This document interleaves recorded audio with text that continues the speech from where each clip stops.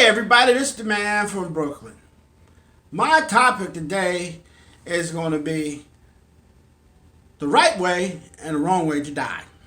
Now, really, there's no right way and the wrong way to die. We got all these people running around here dying, and sickness, gunshot wounds, cancer, and all kind of issues. And when it's your time to die, you're going to die. The biggest thing about dying is what kind of legacy you left behind when you die. Some folks die and they leave great legacies.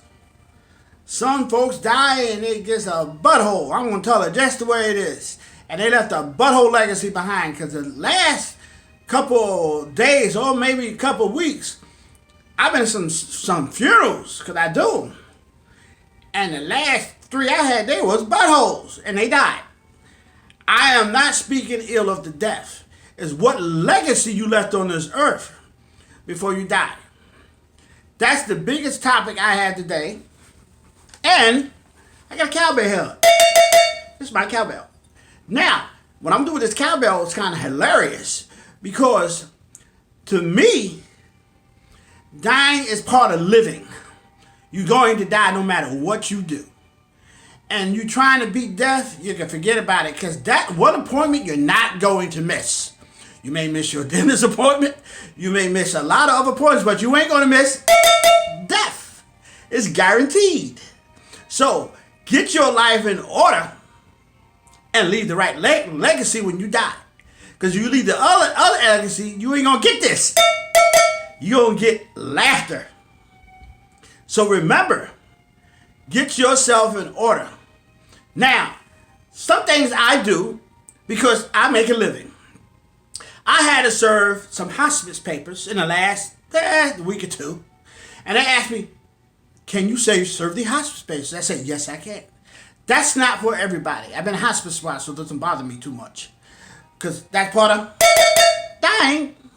So I went on and served these papers, and they paid me good money to serve these papers.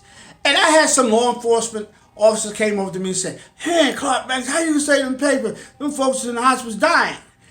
If you're mine and you got dementia, and a family there and request me to serve the papers to the dying, I'm going to serve the papers. That's part of living. That's how I make my money. So, that's part of my livelihood out of the 40 so years of plus in law enforcement and military. That's how I make my living. That's part of living and dying. They go together. You can't separate the two. Death is a guarantee. You can't get around it. So, back again, your legacy. What legacy you leave when you leave this earth? I have seen more dead people in my time. That's how I make my living.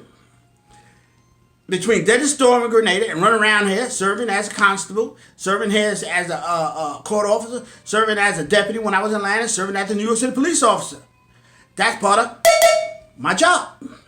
So, it's kind of funny that folks around here dying and crying, and they know that person when he died, he was a butthole. He was a stone butthole. And then they'd sit up there and tell all their lives, oh my God, oh, screaming, laying on the floor.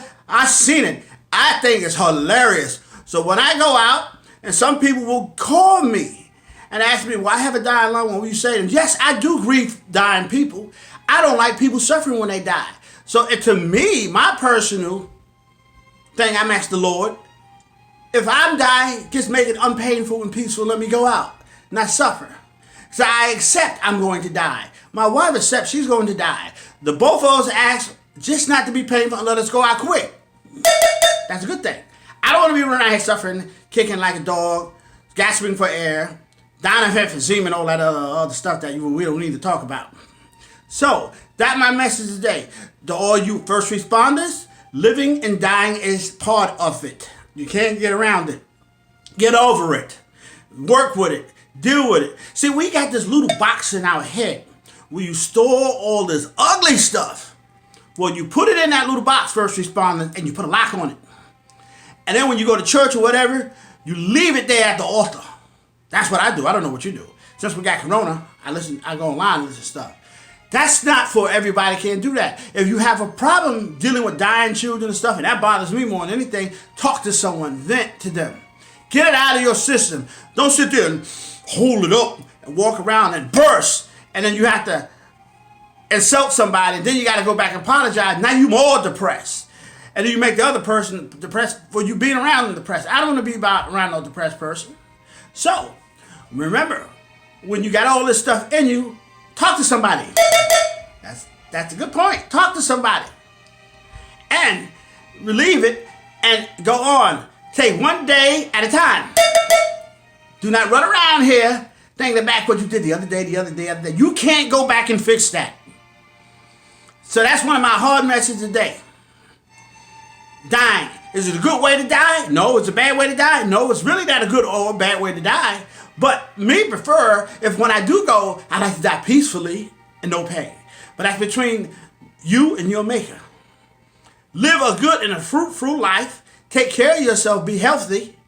And I believe by the grace of God, when you do pass, it'll be peaceful. That's my message for today. This is the man from Brooklyn. Have a great day. Don't forget to subscribe on the right-hand side. Leave your remarks. Remember, there's no good way or bad way to die. See you next time.